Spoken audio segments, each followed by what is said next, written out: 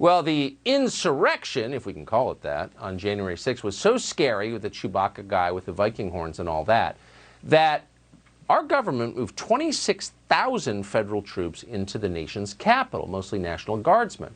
As of today, long after the fact, there are still many thousands of National Guard troops left in the city. And we heard hours ago they plan to stay at least through mid-March. That sounds like an occupation.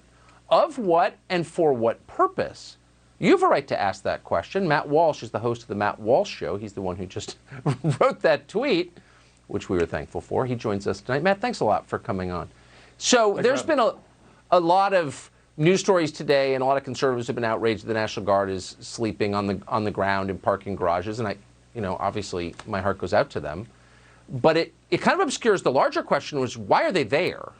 Why do we have thousands and thousands of soldiers in our capital city tonight, do you think? Right. Well, that's exactly the point. And first of all, when you look at the fact that we've got them in parking garages and they're not being taken care of, it does kind of shed some light on maybe why our adventurism overseas with the military goes awry so often, because these morons in Washington, they can't even take care of the troops when they're literally in their own backyard. But what are they going to do if they're in the backyard of some guy in Syria? Maybe that's why it goes wrong. But the greater question, of course, is why are they there? And we were told that the reason they're there is because there's this great threat of right-wing riots. There were supposed to be riots in state capitals all across the country for a week leading up to the inauguration. There's going to be a big thing on the inauguration day. Nothing happened. In fact, we were never really given any evidence by anyone that there was ever any real threat of this happening. We're supposed to just take their word for it. So I am left to assume that the reason they're there is to send a message to the real enemies of the Biden administration, which are not anyone overseas, but they're ideological enemies, people like us. They're sending a message to us, which is basically don't mess with us. I think that's the message. It's hard to believe this is happening, and I don't want to stoke paranoia. I think their presence itself stokes paranoia and heightens the likelihood of crazy extremism and acts of violence. I think they're creating extremism by their behavior. I think it's really obvious. I think they know that. I think they may want it. I don't know. But I wonder why is no one asking this question? I lived in Washington for 35 years. I don't remember thousands of federal troops there under any circumstances. So, why is no one asking?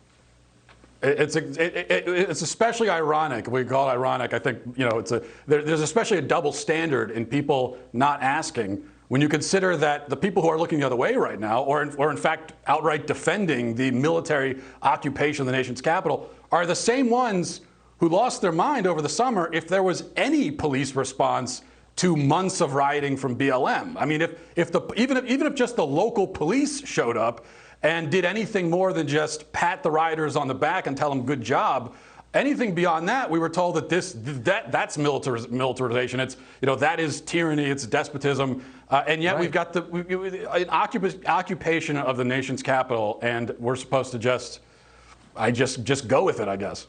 Yeah, because we're not at war with our own people. The government is not at war with the American people. And if it starts to be, then we have a huge problem. And by the way, don't the governors control the National Guard? Why aren't they bringing their troops back to their states? Why are they playing along with this insanity? Well, and the other problem is that we need the media, right? They're supposed to be the firefighters, the ones putting out the fires of tyranny, asking the tough questions. Of course, we know that that's not what they really do. But we need them. They're the ones who are in the White House every day, the press briefings. We need them to be asking questions like, hey, why do we have all these troops outside? What's going on? Why are we occupying D.C.? They don't. Instead, they're asking about the color scheme of Air Force One. Those are the questions we're asking. So it's really tough because we can sit here asking these questions. The White House doesn't care what we say. We need the people in the media to ask, and they don't care either. Get your troops off my streets. It's not Managua. You don't own this country. It's really offensive, I think. But Matt Walsh, I appreciate your coming on tonight. Thank you. Thank you.